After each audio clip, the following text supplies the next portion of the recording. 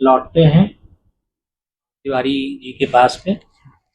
और जिस स्कीम की हम बात कर रहे थे कि जिस पर हम बात करना चाहते हैं, ये स्प्री 2025 है। हम चाहते हैं कि आप सब इसके बारे में कुछ बताएं। SPREE stands for Scheme for Promotion of Registration of Employers and Employees।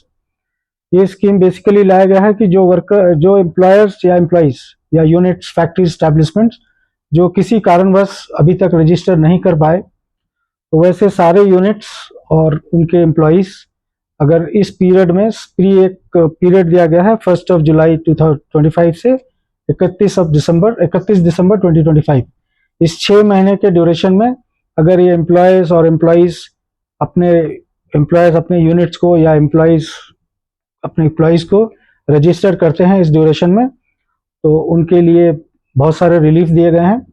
जैसे कि उनका कोई पास्ट पीरियड का कोई भी कंट्रीब्यूशन क्लेम नहीं किया जाएगा, उनके यूनिट का या फैक्ट्री का या एस्टैब्लिशमेंट का प्रीवियस रिकॉर्ड का इंस्पेक्शन नहीं किया जाएगा, कोई उनसे रीज़न नहीं पूछा जाएगा कि किस कारणवश रजिस्ट्रेशन नहीं हुआ, और फॉलोइंग 1 ईयर भी उनके रिकॉर्ड का कोई इंस्पेक्शन वगैरह नहीं किया जाएगा। तो इससे क्या होगा कि वो फ्रीली विदाउट एनी हेजिटेशन पुराने पीरियड का कोई चिंता ना करते हुए कि पुराना कोई क्लेम आ जाए, कोई इंस्पेक्शन आ जाए, कोई प्रोसिक्यूशन हो जाए, वो बिना कोई हिचक के रजिस्टर कर सकते हैं अपनी यूनिट्स का और अपने एम्प्लॉइज़ का भी। और जिस दिन से वो रजिस्टर करेंगे उसी दिन को माना जाएगा कि उनका रजिस्ट्रेशन इस दिन से है, और उनका जो भी कंप्लायंस वगैरह है उसी दिन से चेक किया जाएगा। तो ये कहने का मतलब ये है कि जो भी इस वीडियो को देख रहे हैं, ये उनके लिए एक बहुत अच्छी खबर है। अच्छी खबर इस हिसाब से है कि आप ये एम्प्लॉयर्स को लगता है कि ये पता नहीं क्या हो जाएगा, ये हैसल फ्री जिस तरह आप बना रहे हैं, जिस तरह ये स्कीम है, मैं इसको हैसल फ्री कहूँगा।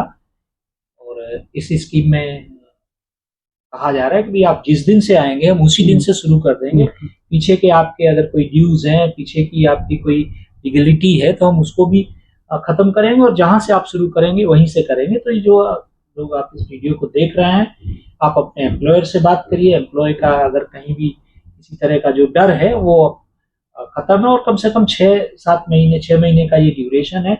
इस 6 महीने के पीरियड में सोशल सर्विस की जो गवर्नमेंट की सुविधाएं हैं वो आप लीजिए, आप लेना चाहेंगे। अच्छा सर, ये बताइए कि जैसे हम इसे पब्लिसाइज कर रहे हैं, लोगों को बता रहे हैं, इसके अलावा आप इस एरिया में ही मान लीजिए आपके जो एडजॉइंग एरिया है उसमें आप बाकी कैसे अप्रोच कर रहे हैं या वो बुला रहे हैं, ये जानना चाह रहे हैं। जहाँ तक रजिस्ट्रेशन का सवाल है, ये रजिस्ट्रेशन आप ऑनलाइन कर सकते हैं।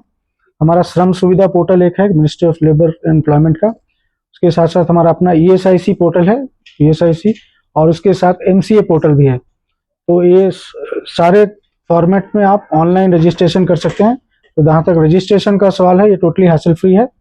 और उसके अलावा हम ये इन्फॉर्मेशन, हमारा जो स्प्री स्कीम है उसके साथ साथ जो एमनेस्टी स्कीम है, दोनों का जो इन्फॉर्मेशन है हम डिफरेंट तरीके से डिसमिनेट कर रहे हैं लोगों में।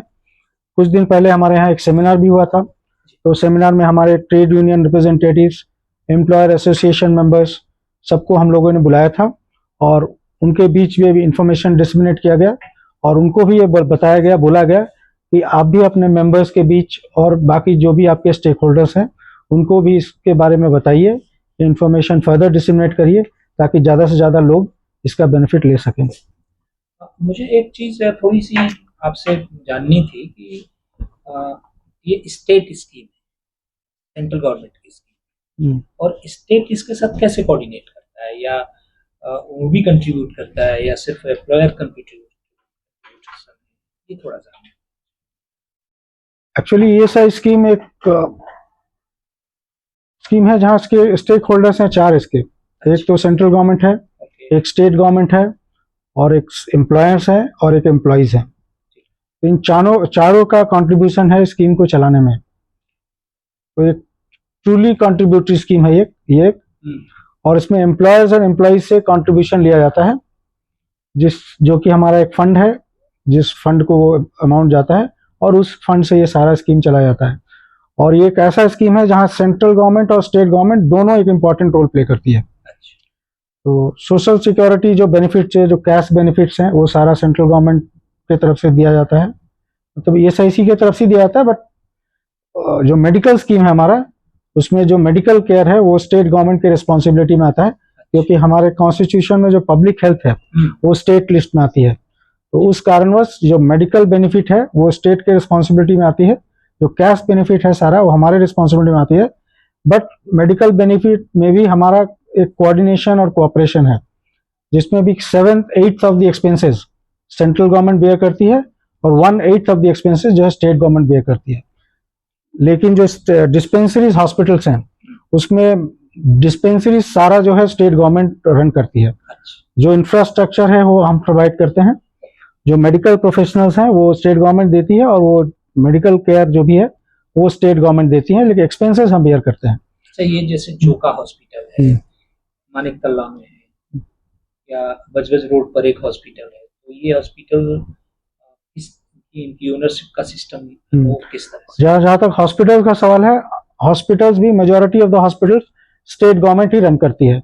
लेकिन जो इंफ्रास्ट्रक्चर जो है वो सारा ESIC प्रोवाइड करती है, जो भी एक्सपेंसेस है वो ESIC प्रोवाइड करती है, बट रन करती है स्टेट गवर्नमेंट।